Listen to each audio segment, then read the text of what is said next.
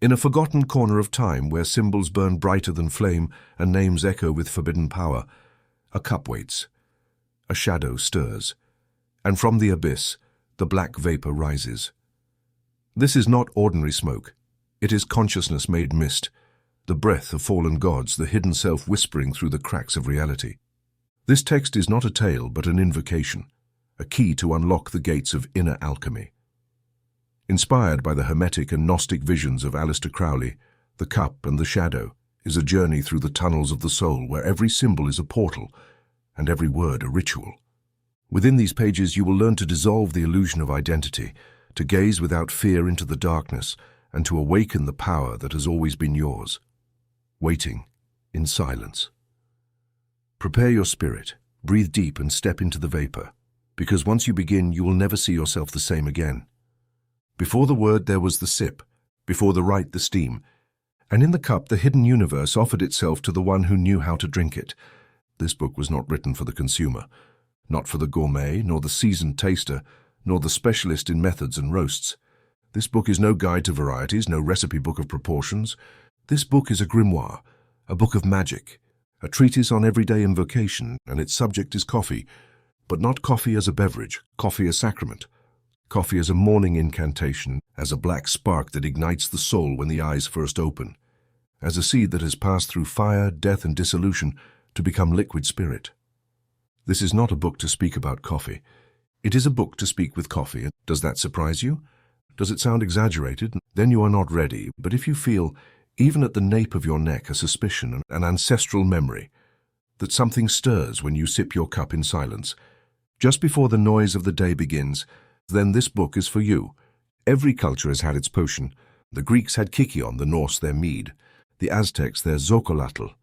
Each was drunk with awareness, knowing that the substance enters not just to nourish, but to open doors. Coffee is our potion, the potion of the modern world, only we have forgotten its sacredness. We have reduced it to routine and to a workday pause and to an excuse for conversation. But coffee never ceased to be sacred. It only lost our attention. This book aims to restore it. Here you will learn to grind as one who sheds burdens, to boil as one who summons, to drink as one who surrenders, to gaze into the cup as one who contemplates their reflection in lunar water. Here you will learn that no gesture is trivial if it is inhabited by intention, that the body is no spiritual hindrance, but its temple, and that the act of drinking coffee, so when done with reverence, with rhythm, with silence, can be more initiatory than a mass, more revelatory than a meditation session. Each chapter will be a station, a key, a fragment of the greater rite. Coffee will lead you to yourself, not as philosophy, but as experience. Through aroma, through sip, through steam, through longing, through memory, and through touch, through the final residue. If you drink as one should, you will discover what has always been there waiting, black and hot and alive. The cup reader is the mirror. You are what it reflects. Do what thou wilt shall be the whole of the law. Love is the law, love under will, the black steam, based on the teachings of Aleister Crowley. We've noticed over 80% of our viewers aren't subscribed. You can support this project by clicking the subscribe button and liking the video. Thank you for inspiring us to keep creating more and better content for you. Are you ready to transform your life? Chapter 1. The Origin of the Black Fire. What you now drink as routine was once the blood of gods and the whisper of sacred mountains. Rise. Awaken from the fog of forgetfulness. Cast off the soiled garment of the ordinary, for now you shall drink with new lips, and what once was custom shall become right. Today you will learn the origin of the black fire, coffee, and in learning it you yourself will be set ablaze by its story, not as one who studies facts, but as one who remembers a secret already their own. Coffee was not born on a date. It was born in an act. It did not enter the world with papers, but with a tremor in the blood of the earth. Legend, which is always truer than history, tells of an Ethiopian shepherd named Crowley.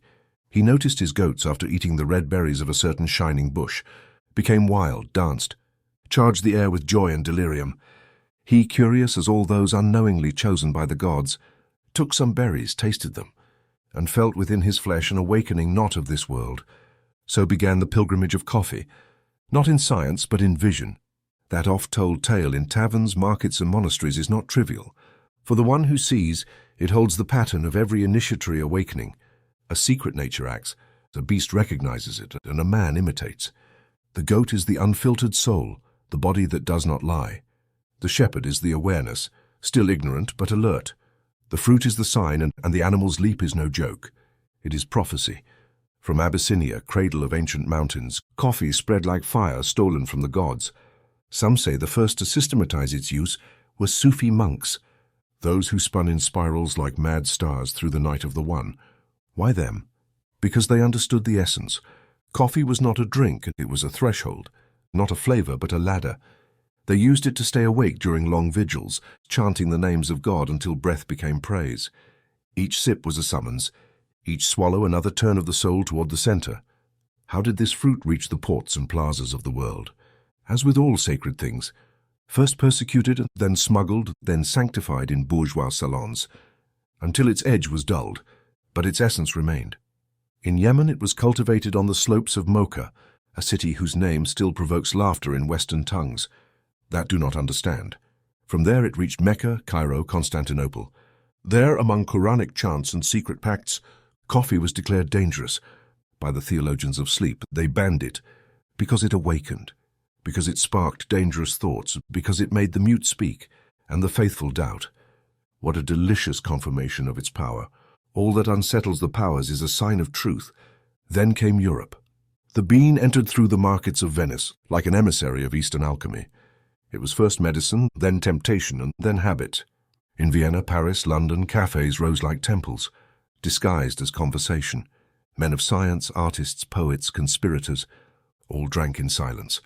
The same potion a goat had once blessed with its dance, and the world changed. But you, reader, do not linger in the anecdote.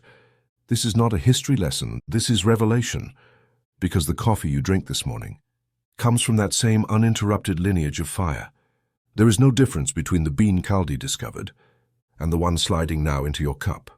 Only your attention has changed, for the one who drinks without knowing drinks shadow, and the one who knows drinks star. Now observe the coffee plant, that which botanists call Coffea arabica or robusta. It is not merely vegetal, it is symbol. It has roots in the dark, like you, and leaves that shine in the sun, like you too. Its ripe red fruits resemble small wounds, and when opened, the bean sleeps, wrapped in sweet mucilage like an embryo. It must be plucked, dried, roasted, ground. Only then is it ready. Does that feel familiar? You too have been planted in the mud, hardened by life, ground by experience, roasted by the fire of passion. Why?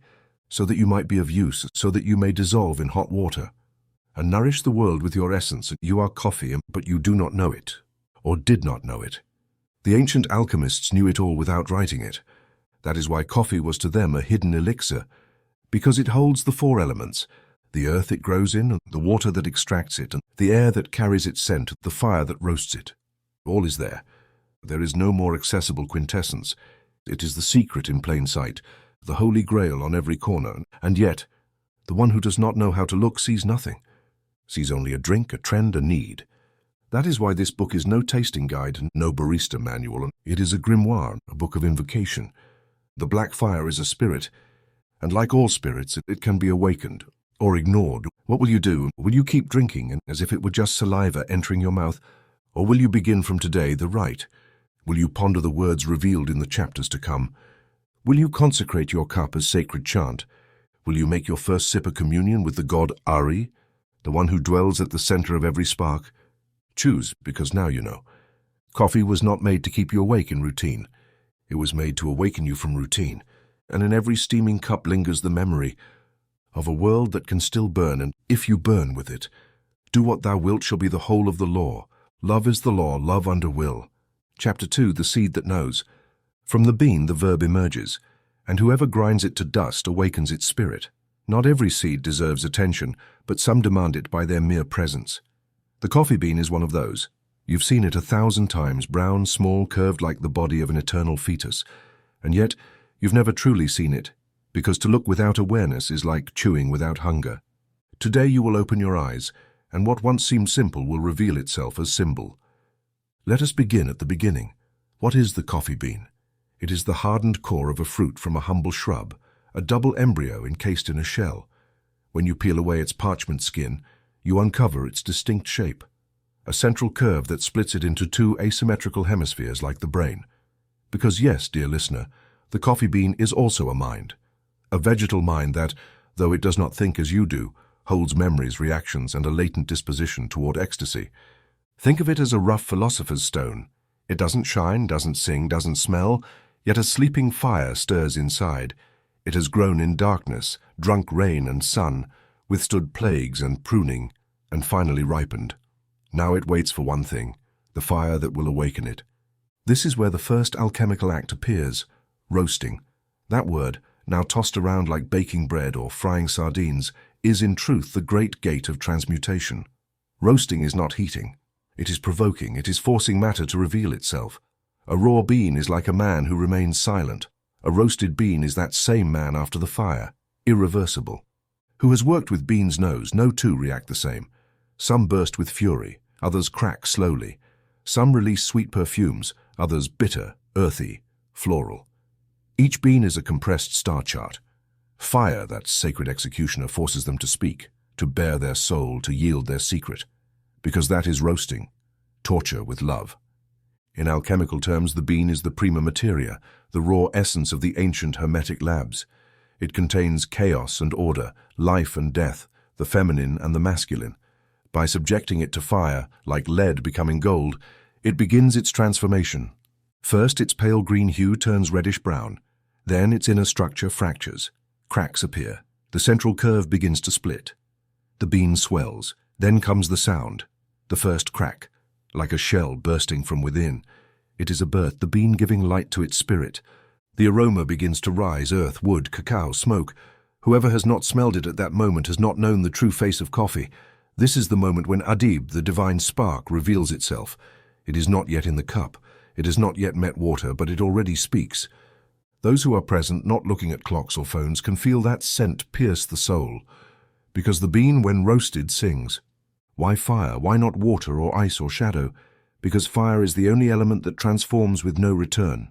Water dissolves, earth preserves, air expands, only fire transmutes. What it touches, it changes. And coffee must be changed, it must stop being a seed and become a message.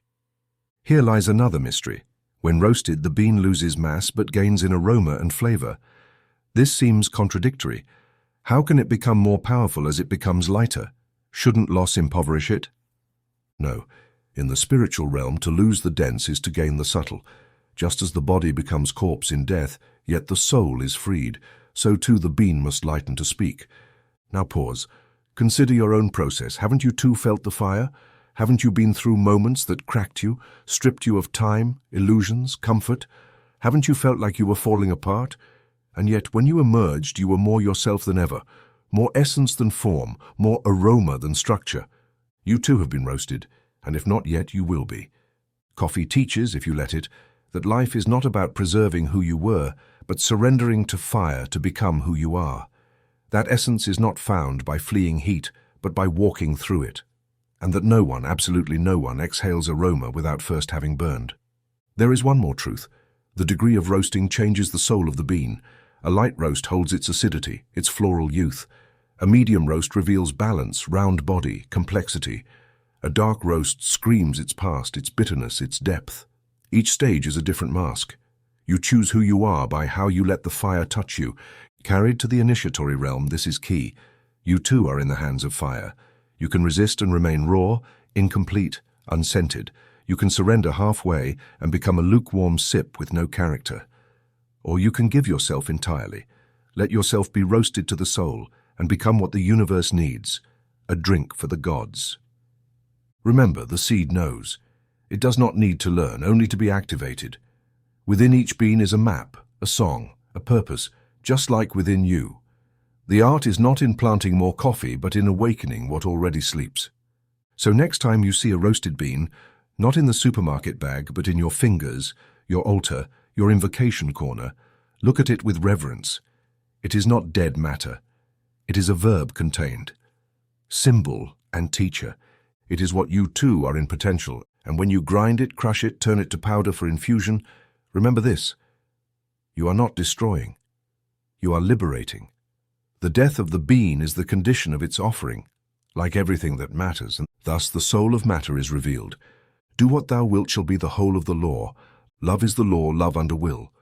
Chapter 3, The Grinding of the World. Pulverize me, O Lord of the Right, as you grind the sacred bean. Make me into dust, that my aroma may reach the heavens. The bean has been roasted. It has met the fire, cracked open its crisp heart, and begun to exhale its secret. But it is still not ready for the sacred descent. It is not enough to be touched by the flame. One must be reduced to nothingness, to the most delicate form of being, to the fragility of dust. The bean must be ground. And you, listener, if you wish to turn your life into magic, you must be ground as well. The grinding of coffee is not a mere technical step.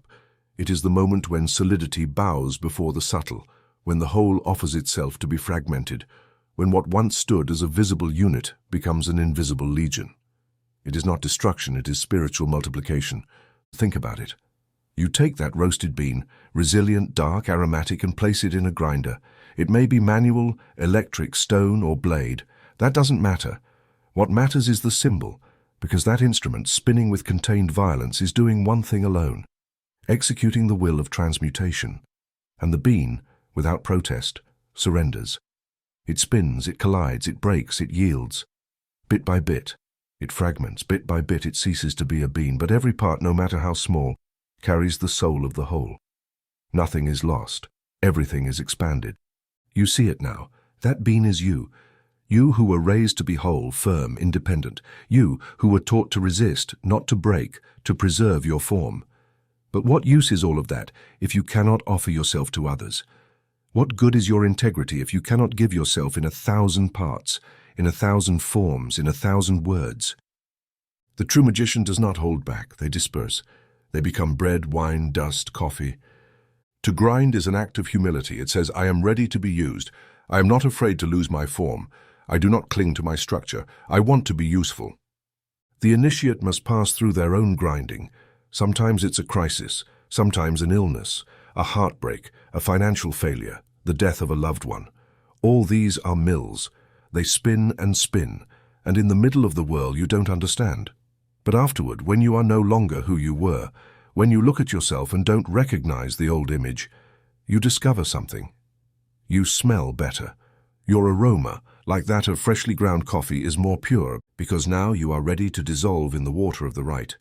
Did not the Master say, unless a grain of wheat falls to the ground and dies, it remains alone, but if it dies, it bears much fruit? And I say to you, if the coffee bean is not ground, there is no infusion, no drink, no alchemy. Material integrity is the greatest obstacle to spiritual fulfillment, and the grinding, like all sacred processes, is not the same for everyone. There is coarse grind, medium grind, fine grind. Each suits a method, a kind of infusion, a duration of contact with the water. In the same way, each soul has its rhythm, its fragility, its resistance. Some must be broken slowly, others with one clean strike. Do not compare your path. Do not say, he is more ground than I. Each is prepared according to their destiny. Some dissolve quickly, others require rest. What matters is being ready to be infused, to enter communion with the living fire. Now pause. Look at the ground coffee before you. Bring it close to your nose. Breathe deeply. Feel that dense perfume, almost sensual, earthly and celestial all at once. Every particle is an embassy of the whole. So too must you become. A subtle presence that transforms the air, a fragrance that announces without shouting, an essence that, though invisible, dominates the space. This is the true work upon the body, not what gyms and mirrors provide, but what is done in silence, like someone grinding by hand with care and love. Because it is not enough that your soul awakens, your body must be prepared too. It must be polished, lightened, refined, not to be beautiful before men, but to be a vessel before the gods. And how is the body prepared? Like the bean, with fire, with friction, with time, with conscious exercises, with breath, with discipline, with fasting if needed, and with pleasure too. For the body is not an enemy. It is sacred matter, it is flesh of the right, it is the cup where the spirit is poured. When you grind the coffee, it reminds you of this, that you are body, but a body prepared. Not a brute beast, but a consecrated vessel. Every turn of the mill is a prayer, every rotation a renunciation, every crack a confession. And in the end, the resulting powder is not a remnant, it is a promise. So before grinding, be silent. Do not play music, do not talk. Do not treat the rite as routine. Take the bean in your hands. Grind with intention, not haste. Feel how each particle that is born is a word you didn't know how to say. Feel how the aroma invades you, not only the nose, but your chest. It is your soul saying, I am ready. For just as the ground coffee is now prepared for its supreme act, the meeting with hot water, so you will be ready, if you have accepted your grinding, to be poured into the will. And when you reach that moment, when you see your body ready, open, willing, do not say, I have been broken. Say, I have been made useful. For the ground being has not been defeated, it has been revealed. Do what thou wilt shall be the whole of the law. Love is the law, love under will. Chapter 4. The Cauldron of Transmutation. All that burns is transformed, all that boils reveals, and he who does not know the mystery of boiling will never understand awakening. We arrive at the threshold where matter begins to sing, where the coffee grounds, ground like the body of the adept who has passed through the crucible of experience, now confront the elements. This is the alchemical moment par excellence. Here all things converge, who you were, who you are, who you will become. In your kitchen, perhaps unknowingly, rests a sacred artifact. It may be called a mocha pot, a French press, a drip filter, a Turkish sezve, a Japanese siphon. The name doesn't matter. They are all faces of one single face, the Athanor. The Athanor, for the alchemists, was the secret furnace where the great work was cooked. Not a mere oven for baking meat or bread, but a sacred vessel for transforming lead into gold, shadow into light, flesh into word. It symbolized the world, the body, the cosmic womb. Every Athanor includes a vessel, a source of heat, and a content destined for change. In other words, every Athanor is a promise of transmutation. Your coffee maker is that. Do not underestimate it. Each time you use it, if done consciously, you are repeating an archetypal act. You are taking part in a liturgy, unknowingly enacted every day in millions of homes, hidden temples where the faithful drink without realizing they are invoking. But you who have read the previous chapters, cannot continue as if nothing matters. You must treat your coffee maker for what it is, the cauldron of transmutation. Observe its parts. There is the cold water at the beginning, still, waiting. That is mercury, the feminine principle, that which flows, that which connects. Water is memory, language, universal substance. No miracle, no rite is fulfilled without it, for water contains the soul of the world. Do not use it as if it were nothing. Choose its source with care. Spring water if possible. If not, purify it with your will. Touch it. Speak to it. Tell it you need it alive. At the bottom there is fire, sulfur, the masculine principle, the power that transforms. Do not light it carelessly. Watch how it burns. Listen to its murmur. This is not just heat, it is the ancient god asleep in modern stoves. Call upon it as an ally. Offer yourself as you turn the knob or strike the match. Let this fire not consume but reveal. Let this heat not scorch but transfigure. Let each degree bring me closer to my true form. Place the grounds in their place. This is your offering, your ground body, your concentrated experience. Do not add too much. Do not add too little. Learn the sacred measure. What is enough? As in sacred union, as in life, neither excess nor lack. All that is too much becomes clumsy. All that is missing becomes weak. The just is the divine. Now seal the instrument, unite all its parts. The water below, the grounds in the middle, the air above. You have built a triangle of elements, an invisible pyramid where the spirit shall descend. Now light the fire. This is where the silence begins. Yes, silence. Do not talk. Do not distract yourself. This is no moment for bills or schedules. It is the moment of inwardness. While the coffee maker works, you must enter into prayer. Not a beggar's prayer, not a fearful plea, but an inner affirmation, as one who knows himself at the center of the universe. Sit, breathe, listen. At first nothing happens, just heat, just waiting. The water does not yet rise, but within it the alchemy begins. Molecules begin to dance, the heat stirs them.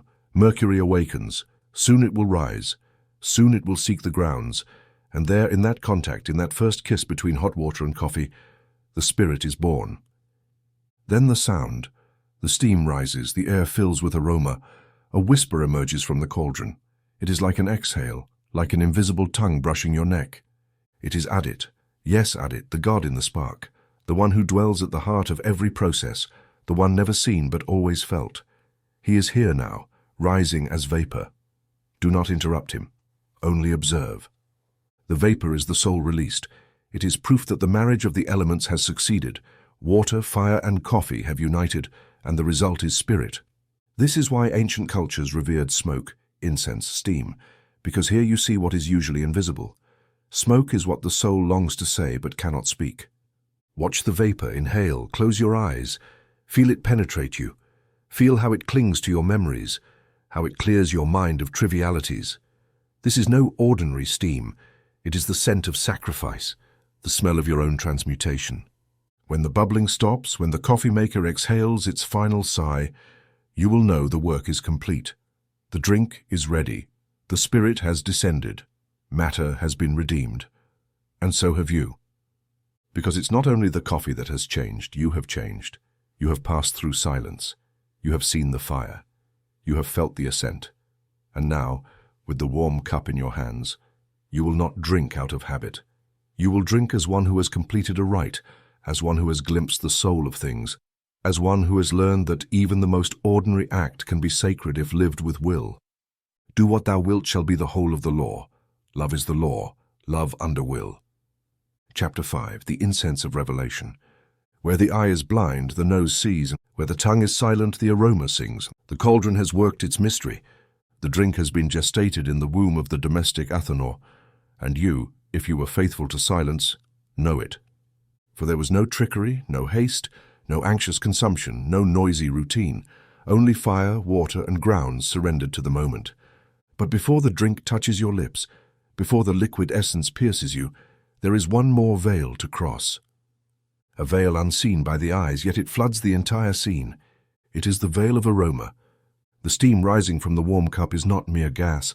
It is not residue nor aimless fog. It is a message, a subtle form, the incense of this daily revelation we call coffee. The vapor is the soul of the bean finally freed, its final breath, its testimony. And you, if you wish to become an initiate of this grimorium, must not ignore it. Because what rises from the cup is not mere scent, it is language. Remember this. Smell is the oldest of the senses. Before sight, before sound, creatures smelled, and it is the most intimate sense, and it requires no distance. It cannot be deceived by appearances. When scent arrives, it bypasses permission, slips through the walls of reason, and installs itself in the temple of memory. Smell is living memory. It is language without words. That is why the aroma of coffee is more than a pleasure. It is an oracle.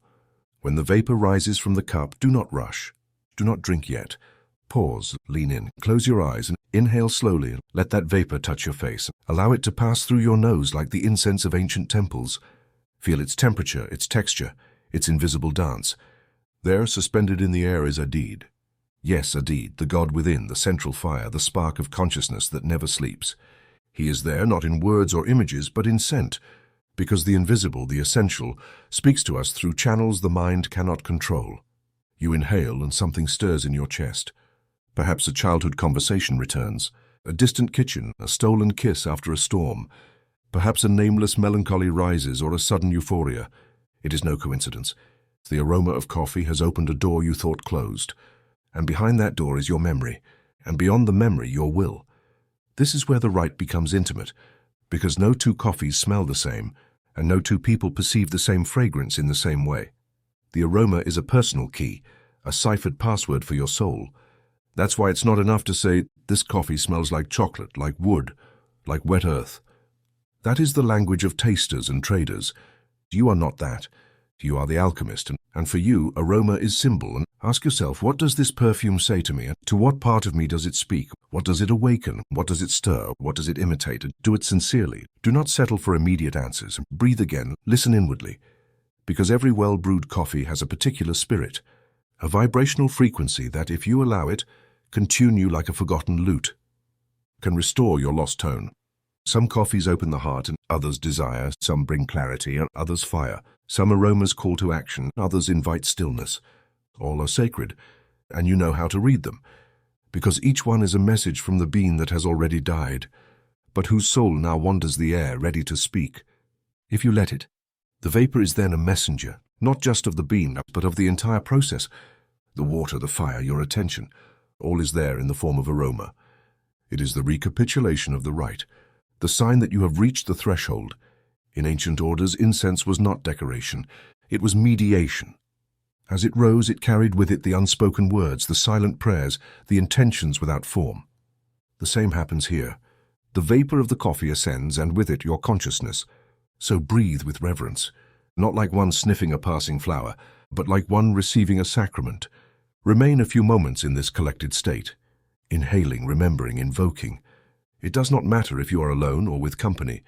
It does not matter if the world outside roars or sleeps. In this moment, you and the cup are an altar, and the vapor your incense. And if you are bold, if you wish to go deeper still, do this.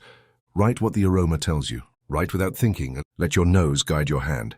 Do not judge what is written. Perhaps you will find there messages your mind never suspected. Perhaps a deed will whisper something. Perhaps you will finally speak to yourself with your true voice. This is the moment when coffee ceases to be drink and becomes mirror, when the ground and dissolved bean reveals not what it was, but what you are.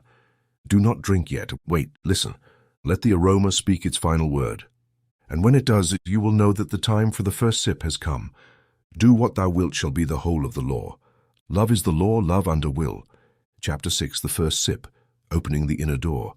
When the liquid touches the lips, it is not a drink that enters, but a god. And you, if you are awake, will feel him take residence within you. You have arrived. You have walked with the bean from seed to flame. You have accepted its destruction. You have breathed in its soul. And now the cup steams before you, serene, silent, vibrant. It is no longer an ordinary beverage. It is a vessel, a body that contains presence, a threshold. Most men drink without noticing. They lift the cup to their lips while reading the newspaper, chatting idly, or running over schedules in their minds. They do not know what they are doing. They do not hear what the drink is saying. They do not feel what it offers. You will not be like them. You will consecrate the first sip. Yes, for that first taste is not nourishment, it is initiation. It is the moment when the body receives God, not as a poetic metaphor, but as a real phenomenon, a descent, a sudden incarnation. A did, that point of consciousness, that unmeasured nucleus burning at the heart of all things, pours himself into the drink, and when you drink, you receive him. Before lifting the cup to your lips, make silence, a living silence, not the silence of empty waiting, but of sacred expectation. Like the priest who raises the chalice, like the initiate who steps over the line of the circle, you are about to enter. Hold the cup with both hands, not as one who carries an object, but as one who bears an offering. Bring it slowly to your face. Breathe in its aroma one final time, the last breath of the bean before it becomes part of you. And then speak. Not aloud if you do not wish to, a whispered thought will suffice.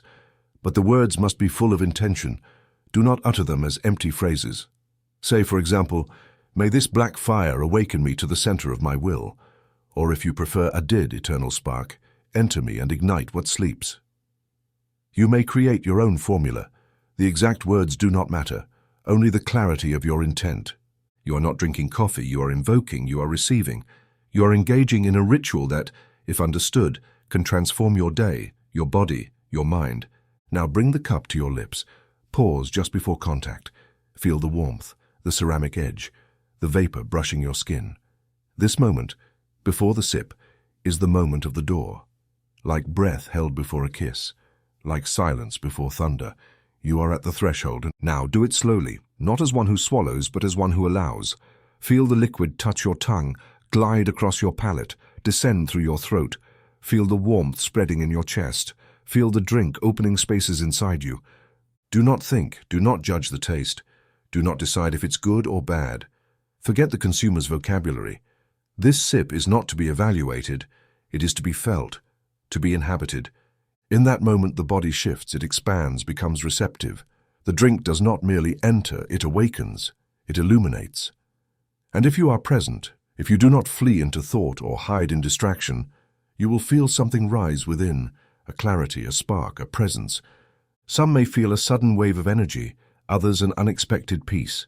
Some will see colors behind closed eyes, others may hear a voiceless voice. Do not cling to forms. Do not worry if nothing visible occurs. The essential has already happened. You have opened the inner door. For to drink with awareness is to perform embodied invocation. Some will say it's just suggestion, that coffee contains caffeine and that explains the vigor.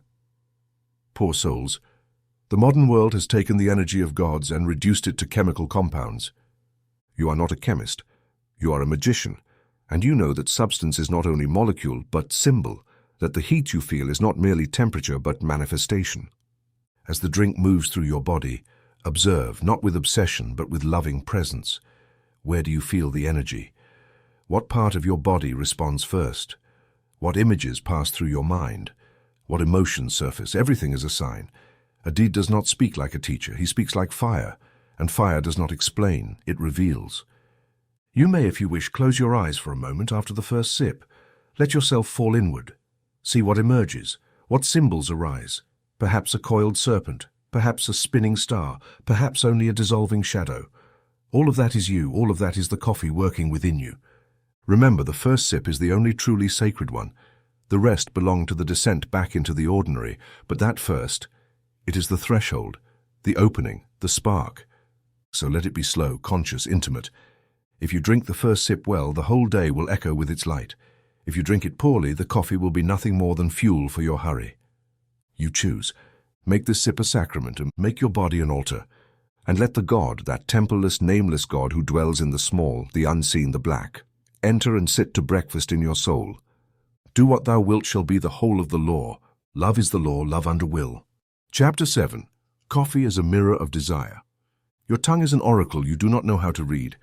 Each sip a mirror where your soul is reflected. You have already drunk the first sip. You felt the descent of the God, the caress of warmth, the vibration that unfolds from your center to your edges. Now the cup rests in your hands, open like a steaming flower, and each new drink offers you a revelation. But this is no longer just about invocation. Now it is time to listen. And to listen with the tongue, with the body, with the blood. Taste, that act we believe to be merely gustatory, is a form of reading. And you, having come this far, must now learn to read it. Because coffee does not taste like coffee. Coffee tastes like you, and the flavor you perceive is, in truth, the map of your desire. Begin with a simple truth. Not all coffees taste the same, even the uninitiated understand that. But what you must now comprehend is that coffee does not even taste the same to the same person. The same bean, roasted the same, ground the same, prepared identically, can reveal a different face to each palate, because what you feel in your mouth is a reflection of your inner state. And even more, it is the reflection of your most secret longing. Yes, because taste is not just a sensory function, it is a window to desire. And coffee, as a dark mirror, knows how to return the true image you have learned to deny. When the liquid touches your tongue, when it spreads across the palate, when it flows down your throat, your whole body responds. There is a vibration you do not control. It may be pleasure or rejection, sweetness or bitterness, surprise or recognition. None of this is random. All of it is symbolic. The work of the initiate is to ask the body, what does this coffee taste like? And more importantly, why does it taste like this today? Perhaps you taste bitterness, a trace of ash or smoke. That does not mean the coffee is poorly made. It may reflect a sadness you have not named, a fireless anger still smoldering. Bitterness is the flavor of boundaries, of what remains unresolved, of what you do not wish to face. Drink slowly, and let that bitterness manifest without disguise. Perhaps you taste sweetness, even if no sugar was added.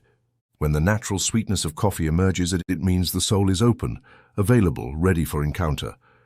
Do not question where it comes from. Accept the gift. These are rare moments, graceful oracles, caresses you did not ask for but deserve.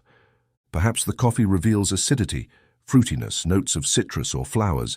Then you are at the threshold of expansive desire. Something in you wants to emerge, to create, to reach outward. It is the longing for movement, for the journey, for risk. Drink and observe what part of your body ignites. Where does the energy vibrate?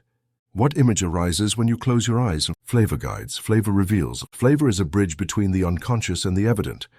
And it is not only the palate that speaks. The mouth, the tongue, the throat. Your entire body speaks. Remember, there are sips that taste like lost embraces, tastes that carry the memory of childhood, even if you never drank them as a child. There are coffees that take you to a place you've never been, but to which you belong. Take a sip, close your eyes and ask, what does this remind me of? What desire does it reveal? And what part of me awakens with this flavor? Do not seek immediate answers. Let the coffee work in you like a slow oracle. Some flavors will be clear as a sentence, others veiled like a dream, but all speak truth. You may, if you are willing, play with archetypes. Each coffee evokes a face of the soul. Some appear as the warrior, strong, dark, direct, uncompromising. Others as the mother, soft, warm, enveloping, protective. There are hermit coffees that invite seclusion, silence, inner exile. And there are lover coffees that ignite the skin, that brush like mouths, that call to the other. Your task is to discover which face reveals itself to you today, not to remain there, but to begin a dialogue. Because you do not drink out of habit, you drink to recognize yourself. Some ancient sages, without calling it magic, intuited this power. Before making a decision, they would prepare an infusion, and in the flavor that arose, they read the path to follow. If the coffee tasted dry, they would withdraw. If it was vibrant, they would advance. They needed no cards, no stars, only an awakened tongue. Today, you can do the same. When you face a crossroads, prepare coffee. Do it with the ritual you now know, then drink and let the flavor speak. Do not force it, do not invent. Feel, listen, accept. Because the body knows before the mind, and the palate does not lie. It is in taste that the soul ceases to pretend, and it is coffee that offers the mirror. So now as you take the next sip, do it with this awareness. Is this flavor I feel mine, or is it the world speaking to me? And listen with your palate, listen with your desire, because coffee does not merely nourish your body, it also reveals the path you long for, but dare not name. Drink and see yourself in it. Do what thou wilt shall be the whole of the law. Love is the law, love under will. Chapter 8. The mantra of the slow sip. Who drinks without haste invokes, who swallows without thought squanders the verb. Coffee, when sipped with soul, sings. You've already recognized the taste. You've seen your reflection in it. You've read the symbol, the desire, the memory. And now the cup remains in your hands. There is still drink left. Do not rush it. Do not turn it into a tool of hurry. Let each sip be a step. Let each drink be a word, and let each moment be wholeness. Because drinking, when done with attention, becomes a prayer without words. You need no impossible postures, no Sanskrit name mudras, no candles lit at dawn. You don't need to close your eyes or retreat from the world. What you need is already in your hands: warmth, aroma, flavor. Pause. There is the cup, there is your body, there is the present. True meditation doesn't demand isolation, it demands presence. This chapter is a key for those who don't have time, for those who live on their feet, between tasks, between demands, between clocks. Here you will learn that a single cup of coffee, if sipped as it should be, can open the portal of consciousness as surely as a 1,000-year-old mantra. You don't need to recite formulas, you need to breathe. Begin with rhythm, take the cup, feel its weight, and do not shake it, and do not rush, just feel it. Breathe deeply, not as a technique, but as presence. Inhale slowly to the bottom of your belly. Hold the breath for a moment. Exhale without force, as if releasing an invisible race. That is your rhythm. Now bring yourself to the edge of the cup. Do not drink yet, just feel the steam and inhale the aroma. Do it as if the coffee itself enters you with each breath. Why? Because the steam is part of the spirit. First mantra, breath. Second mantra, sip. Third mantra, pause. Drink a little, very little. Do not fill your mouth. Let the liquid touch your tongue, unfold on the palate. Do not swallow yet. Feel it. Let the flavor dissolve on its own and swallow slowly. Feel how the liquid flows down your throat. The heat it leaves, the echo. Now before the next sip, pause. Don't think, just feel. That space between sip and sip, that is the key. There lies the true mantra. There, in the stillness where you neither drink nor do anything, the magic happens. Because the body settles, the soul listens, time halts. It is like a breath in the midst of chaos. Drinking is not just swallowing, it is ritualizing the present. Many strive to meditate for hours among lotus flowers and forced silences, then drink their coffee in one gulp, as if it were poison to be rid of. You will do the opposite, and you will meditate in the coffee. Each sip will be a physical mantra repeated with love and attention. Inhale, sip, exhale, pause, and do not play music. Do not check the clock and do not think about anything. Just drink slowly with rhythm, like someone cleansing their soul with liquid fire. And if you wish to add words, choose a brief phrase silent to accompany each sip. It doesn't matter what. It can be a verse, an invocation, a divine name, or your own statement of intent. But let it always be the same. Let it be born from within. For example, I am here. Let my will become clear. I receive what I am. Love under will. Repeat it with each sip, not with your lips, but with your awareness. Let the phrase become an inner music, and so the act of drinking becomes a silent chant, a hymnless praise, an embodied prayer. This is to mantralize the body, because coffee, when well sipped, teaches the rhythm of the sacred. There is no rush in it, no urgency. The bean took months to grow, and it was hand-picked, sun-dried, fire-roasted, patiently ground. You cannot rush all that by drinking like an animal. The slow sip is respect. It is communion. And it is also revelation, because in that slowness you begin to perceive what once passed unnoticed. A nuance in flavor, a detail in texture, an emotion that rises without cause, and a fleeting image that crosses your mind. All of that was already there, has always been, but hurry kept it hidden. Not now. Now you are present. And presence is the greatest act of magic. It's not about thinking more, and it's about being, returning to the body, to the cup, to the moment, because every slow sip is a reminder that time does not run, you do. That haste is not real, it is habit. That the world is not fast, you make it so by forgetting to breathe. Coffee, if you allow it, teaches you to breathe again, to see again, and to live without fleeing. And so, cup after cup, sip after sip, you begin to build a meditation with no posture, a magic with no altar, a temple made of pauses. And that, I tell you with certainty, is more powerful than any hollow technique, more real than any shouted prayer, more yours than any learned dogma. Drink slow, and the universe will speak to you. Do what thou wilt shall be the whole of the law. Love is the law, love under will. Chapter 9, the cup as oracle. All that remains reveals what is to come. The bottom of the cup is more than residue, it is the mirror of your will. You have drunk, you have felt, you have breathed. You have made of coffee a rite, of the sip a mantra, of the aroma an invocation. And now before you rests the empty or nearly empty cup. Just a dark residue, a thick trace, a few stubborn drops refusing to vanish. Most people ignore it. They rinse it without looking, toss it in the sink as if nothing had occurred. But you are not most people. You know that at the end of every ritual the divine leaves signs, and the cup, this domestic chalice, this vessel profaned by habit, is also an oracle. Yes, you read that correctly. You need no cards, no pendulums, no crystal balls. You need only attention. Because coffee, like any sacred substance, speaks even after it's been consumed, and often it speaks most clearly then. The ancients knew this. In many Eastern lands, Turkey, Armenia, Greece, the Balkans, the reading of coffee grounds was a common practice, not as a game but as an art. Women read fate in the cup's stains, as others read the moon or dreams, and they were not wrong. What the body has touched, what the soul has drunk, always leaves a trace. Matter speaks, you can read as well. But not like a fairground fortune-teller, not like a charlatan, but as an initiate. Begin with the state of your cup. Observe it, do not move it yet, just look. What do you see? Is there liquid left? Are the walls clean or marked? Are there sediments at the bottom? Did any shapes form, a line, a spiral, a crack?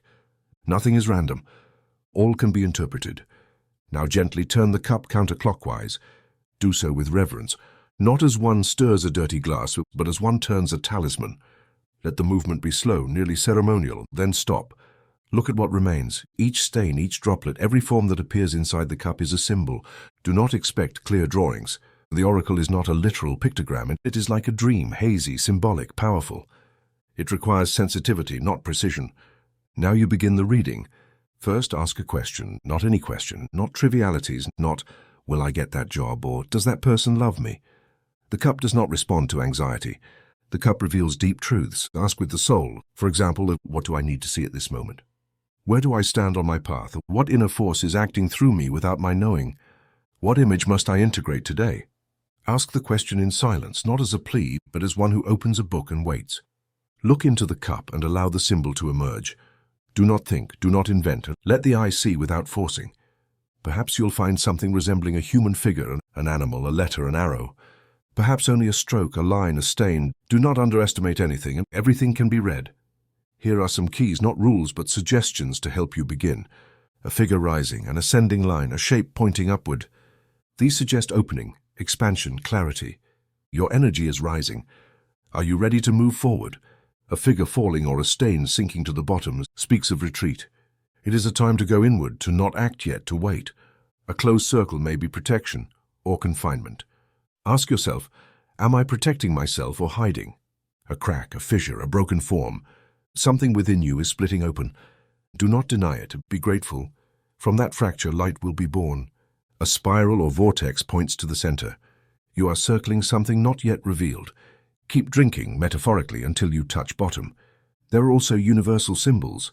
A serpent speaks of transformation, a bird of messages, a face is presence, a house either refuge or prison depending on how it feels. A star is the reminder of your will. but do not cling to dictionaries. Learn to read with the soul. What you see is for you, not for others. The cup speaks your language, not the language of tradition, but that of your unconscious. Listen with humility and above all wait. Do not try to interpret everything instantly. Sometimes the figure finds meaning only later. Sometimes a dream completes the message. Sometimes a phrase overheard, a scene, a coincidence, connects with the image seen. This is how the oracle works. This is how coffee speaks, not with shouts but with echoes. And if the cup appears clean, without traces, without clear figures, then the message is deeper still. Emptiness. The empty cup is a symbol of availability, of silence, of open space, of receptivity. There is no image because you must be the image. There is no figure because you are about to be formed. In that case, search no more. Bow inward and say, I am ready to receive without shape, and I am open to the mystery. Close the rite. Wash the cup as one purifies a chalice, not in haste, not as one erases a trace. Do it with reverence, with gratitude. The coffee has spoken, you have listened. And what you saw, even if you do not yet understand, will begin to work in you, because everything revealed brings transformation. And you, who no longer drink like the asleep, are ready for what is to come. Do what thou wilt shall be the whole of the law. Love is the law, love under will. Chapter 10, The Coffee of the Dead. Where blood no longer flows, coffee flows. Where flesh has dissolved, steam lifts a voice, and the one who calls their dead with fire and cup receives an answer. The cup still steams, but not only with the perfume of the present. There is something more, something that has haunted you since you began to drink with soul. A whisper, a chill behind the aroma, a name crossing silently without being spoken, because coffee, though many ignore it, is also the drink of the dead. It is offering, it is bridge, it is voice. Ancient peoples never forgot this. In the lands of the Andes, in the homes of Oaxaca, in the corners of the Mediterranean, in Balkan courtyards, a cup is still left upon the altar, a small spoon beside the photograph, a hot infusion in the middle of the night, not as a melancholic memory, but as a ritual act, because the dead drink, not with lips but with soul. And what steams above the altar is not only coffee, it is welcome. You who have come this far must learn this other face of the bean, the quietest, the deepest, the most real. Coffee connects with those who once were, not because it honors their memory, and that is the language of cowardly living souls. Coffee calls them, coffee summons them. Coffee, when drunk with intention, opens a vortex where time bends, and in that fold the ones who are no longer here can touch you. Not with hands, but with symbols, not with voice, but with images. Yet they touch you, and how to do it, and how to prepare coffee for the dead, not just anyway, not as you would for yourself. Here the ritual changes, and first choose the moment, and it may be at dawn when the world is still quiet, or at night when shadows are dense, and the air more willing to open. Pick a day when you remember them, or any day if the calling has no date. Second, prepare a small altar. No candles needed if you don't want. A clean table is enough, an extra cup, a photo or object, a written name, something to hold them close. Third, prepare the coffee, but not for you, for them, with even more respect, with certainty that they will receive it, because they will. Do it without words at first, with the fire lit, with your body present. Then as the steam rises, say their name, not like one calling out loudly, not with sorrow. Say their name firmly, like one who remembers what cannot die. Come and drink with me. This cup is yours. I have not forgotten you. You need nothing more. The essential has been said. Place the cup before the altar and wait. Yes, wait. Do not seek forced visions. Do not demand proof. Do not expect manifestations like stories tell. They come in their own way. Perhaps a feeling will pass through your chest, perhaps an image, perhaps a certainty. No matter how, you will know. Then drink yourself, but not from your own cup. Drink from the coffee left behind, from what they did not take. This closes the cycle. This shares the spirit. What was offering returns to you as response, because the coffee you leave for the dead, when you drink, brings you their message. Here more than ever, the reading of the cup takes meaning. Look at the bottom of the cup you offered them. It is not like the others. What appears there holds a different order. It does not speak only of you. It speaks of what they want you to see. A symbol, a word written in remnants, a strange figure. Anything can be a channel. Perhaps an eye or a door or an initial letter or a flower. Read with respect. Do not interpret like a fortune teller. Listen like a child, because the dead do not come to entertain. They come to complete, to close cycles, to warn, to love. What can they reveal in the cup? That something remains unsaid, that something of yours is unconscious inheritance, that a talent sleeps within you because it belonged to them, that a fear is not yours but theirs, that you must stop repeating their shadow, that you must honor their light. Yes, because what is not said is inherited, and you unknowingly may carry on your back unfulfilled desires, guilt that is not yours. Borrowed silences. The coffee calls them to the surface, and the dead, when truly moved, respond, because they want to be freed, because they want you to live what they could not. That is why this rite is not to return to the past. It is to liberate it. So drink with them. Make the cup an altar, make the steam a song, make the sip a communion. And when the coffee cools and silence returns and the cup lies empty, say nothing. Only bow your head. The rite is fulfilled, the bridge crossed, and if you listen well, you will still hear an echo. Do what thou wilt shall be the whole of the law. Love is the law, love under will. Chapter 11, the double alchemy. Coffee and sex. When coffee steams between two searching mouths, it is not just a drink. It is a spell. It is fire awakening what sleeps in the flesh. Until now it has been drunk alone. You have descended into your inner temple. You have called your dead, read the wells of your soul, opened the channels of desire with every sip. But the initiatory path is not an eternal monologue. The moment comes when the rite expands, overflows, seeks another. And coffee, the drink of awakened consciousness, reveals itself also as a potion of heroes. Because true sexual encounter does not happen in bed. It begins in the atmosphere before touch, in the vibration that joins bodies before skin, in the sacred tension that a steaming cup can create. And if you understand this, and if you know how to prepare that cup, not as consumption but as a spell, then you will turn coffee into the subtle lubricant of the soul. This chapter is for that, to teach you to conjure desire, to know how to turn a drink into a catalyst of vital energy, to discover how two bodies can meet, not in rush, but in the slow fire that coffee teaches. First, prepare the atmosphere. It's not about candles and soft music, though you may use them if they help, but about intention. The space must be clean, not just of dust, but of noise. Noise is not just sound. It is distraction, it is diversion. What matters is shared attention. Choose the hour. Not too late so the body isn't exhausted. Not too early so the mind isn't caught by duties. Twilight is ideal. When the sun dies and intimacy is born. Place two identical cups if possible. Not for aesthetics, but for reflection. What one drinks, the other drinks. Coffee will be the bond, the count, the invisible umbilical cord. Second, prepare the coffee as a potion. But here, attention, do not do it as usual. This coffee is not to awaken the mind, but to kindle the flesh. Use beans with warm notes, chocolate, spices, nuts, caramel. Not acidic, not floral. This is not morning coffee of reason. It is the coffee of the moist night. While the water boils, think of the other, not anxiously, but with gratitude. Thank their presence, their step, their breath. Even if they are not yet naked before you, they already are in their gaze, already offering, already answering the call. When the coffee opens in the cup, do not pour it quickly. Do it as an act of surrender. Let the steam rise and cross between you. Do not flee that mist, and it is the soul of the drink calling the bodies. Third, the act of drinking together. Do not drink at the same time. Watch how the other drinks, without words, without judgment. Observe how their lips brush the ceramic, and how they sip, how they sigh, and how they lower the cup. All of that is prelude. All of that is sex before sex. Now taste it yourself, dear Lend, as you have learned. But do not close your eyes and look at them, and make the sip a vow, an invitation. The coffee will warm your inner organs, open your vessels, and accelerate your pulse. Do not suppress it. That energy is sacred fire, that hero without guilt. It is life wanting to touch itself through you. Do not be afraid. Desire is not sin, and it is fuel. And coffee, if drunk this way, can be a key to ritual ecstasy.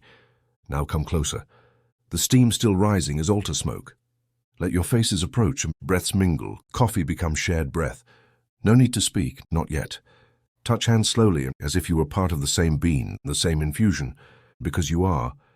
Here begins the rite of contact. Not the clumsy meeting of soulless bodies, but the slow dance of two fires recognizing each other. The coffee is inside you. You are no longer just flesh. You are consecrated matter. You may spill a few drops on their skin, watch them glide, lick them, not with hunger, but with worship. As one drinks from the altar of a god, because your lover is God, goddess, embodiment of the divine essence, and when climax comes, if it comes, do not separate yourselves from the coffee. Remember that everything began there, in the bean, in the grind, in the steam, that there was no eroticism without ceremony, that pleasure was the work of consciousness, and at the end, if bodies lie stretched, full calm, return to the cup, Return to the last sip. No longer a meeting, but consecration. Drink it in silence and look at it and appear. Recognize in the other the exact reflection of your will. Because when two drink like this, or when two touch like this, there is no guilt, no need, no fear. There is alchemy. The double alchemy. Coffee and sex, fire awakening the soul, fire igniting the flesh. And you, if you know how to use it, will have drunk the hidden nectar, and made desire an act of magic. Do what thou wilt shall be the whole of the law. Love is the law, love under will. Chapter 12, the Cacodia. Magic of the ordinary. When the sun is high and shadow falls at your feet, the god still waits in the cup, because the miracle does not run out. It changes form, disguises itself as habit. You think you have completed the rite, you have drunk at dawn. Did you feel the god enter through your throat, and like a sweet ember? You summoned memories, desires, the dead. Do you believe the moment has passed, that the ceremony is behind you? But no, the true initiate needs no candles, no silence. They carry the temple within and drink at any hour like one who raises the chalice at Mass. This chapter is for midday, the moment of day when the body is no longer promise but burden, when the mind begins to falter, when habit tightens your neck, your back, your eyelids again. Many fall there, trapped in hurry, obligation, noise. But not you. You will know how to turn that grey aura into a new consecration. And the second cup is not repetition, it is reinforcement. It is a second pact, a reminder of will. And you need no special conditions, no temple, no altar, not even privacy. Intention alone suffices. You are at the office, a desk, a screen, a paper cup. It does not matter. Take it with both hands. Close your eyes for a moment. No one will notice. Breathe. Remember the God. Remember the aroma you opened like incense this morning. Remember the silence between sips. Say to yourself, here too the fire manifests. Drink slowly. No matter if keyboards click, phones ring, emails demand. You are present, you are in the right. Because coffee, even surrounded by machines, can be sacrament. You are in the field. The sun cracks the earth, the body aches. The day has been long. You sit for a moment. You have a thermos and you open the lid. The steam reminds you that you are alive. You are not alone. The earth breathes you. The trees listen. And coffee amid work is more than rest. It is reaffirmation. Say to yourself, I work with the body, but I drink with the soul. And continue, not as before, but clearer, more present. You are confined, perhaps a hospital, perhaps a prison, perhaps a small room where the world feels absent. But you have a cup, a sip, a tiny freedom. Then turn that sip into prayer. Not supplication, but will. Drink like one who does not surrender, like one who remains alight even when bound. My body is still, but my spirit burns. And coffee, though lukewarm, though humble, becomes a lamp. The magic of the ordinary is no modern invention. It is ancient remembrance. The ancient magicians did not lock themselves in eternal temples. They carried the flame on their tongue, the rite in their hands. You will do the same. Make every cup an act, every pause an invocation, and every sip an affirmation. Do not repeat without a weapon. Do not drink without seeing. Do not let habit steal your flame. How to invoke in the everyday? Pause before drinking, 1 second, that is enough. Breathe before the sip, make it present and make it alive, and say something, a phrase, a word, anything that breaks inertia. Drink slowly, always slowly. Even if you are in a hurry, let your tongue savor. Give thanks, not out of courtesy, but out of alchemy. Give thanks like one receiving a talisman. Do it this way and you will see how the world changes, not outside, but inside. The commute will feel different. The boss's voice will carry another tone, and the weight of the day will not fall the same. It's because you will be centered, in your center, and coffee, that dark liquid others drink just to keep going, will be for you an ace, a crown, an invisible armor. Habit is not the enemy. It is like fire, brute force. If you let it act alone, it devours you. If you ritualize it, it protects you. A consecrated habit, a sacred repetition. And no office, no street, no confinement. It will throw you off your axis, because the god of the bean does not live only at dawn. He walks with you at midday too. He sees you in fatigue, dwells in the cup you drink without witnesses. And if you invoke him even in a timid sip, in the middle of a vulgar day, he will respond with aroma, with clarity, with strength. Do what thou wilt shall be the whole of the law. Love is the law, love under will. Chapter 13, the last sip. Closure and silence. Nothing ends, everything transforms. The final sip is not the end of the rite, but the entrance into the world with new eyes. Every closed circle demands closure, and every spell spoken in voice and body requires its seal. And you, who have walked with the cup as a lamp, who have made coffee a path of revelation, desire, communion, and vigil, You cannot simply leave it empty and walk on as if nothing happened, because the cup has been altered, the bean master, the steam spirit, and the sip sacrament. What for others ends with the last drink. A pause broken by the sound of the cup left on the table, for you is a threshold, the threshold through which you must step out of the everyday temple. Not hurriedly, but consciously. Not as one who has taken their ration of energy, but as one who has risen. Here begins the final act, the last sip. Do not drink it quickly, and do not leave it half-finished. Observe it. Look at it with the eyes of one who says goodbye to something beloved. It is the last drop of the morning, of the encounter, of the pact. It is the conclusion that gives meaning to the beginning, because no rite is complete without its closure. Bring the cup to your lips, breathe before you drink, but this time do not savor. This time surrender. Let that last liquid become part of you, like a seal, a total affirmation, like one who says in the very act of drinking, yes, what has been lived was real. The fire has descended, the will has spoken, and as you place the cup slowly on the table now, like laying a beloved body on the earth, keep silence and do not think. Do not judge the experience and do not seek more images. Do not force an interpretation. Just give thanks. Gratitude is not courtesy. It is alchemy. When you give thanks to the cup and to the bean, to the fire, to the water, to the air, to the moment, you acknowledge you were not alone, that the universe bent to your intention, that matter let itself be touched by your spirit, that the world spoke to you through coffee.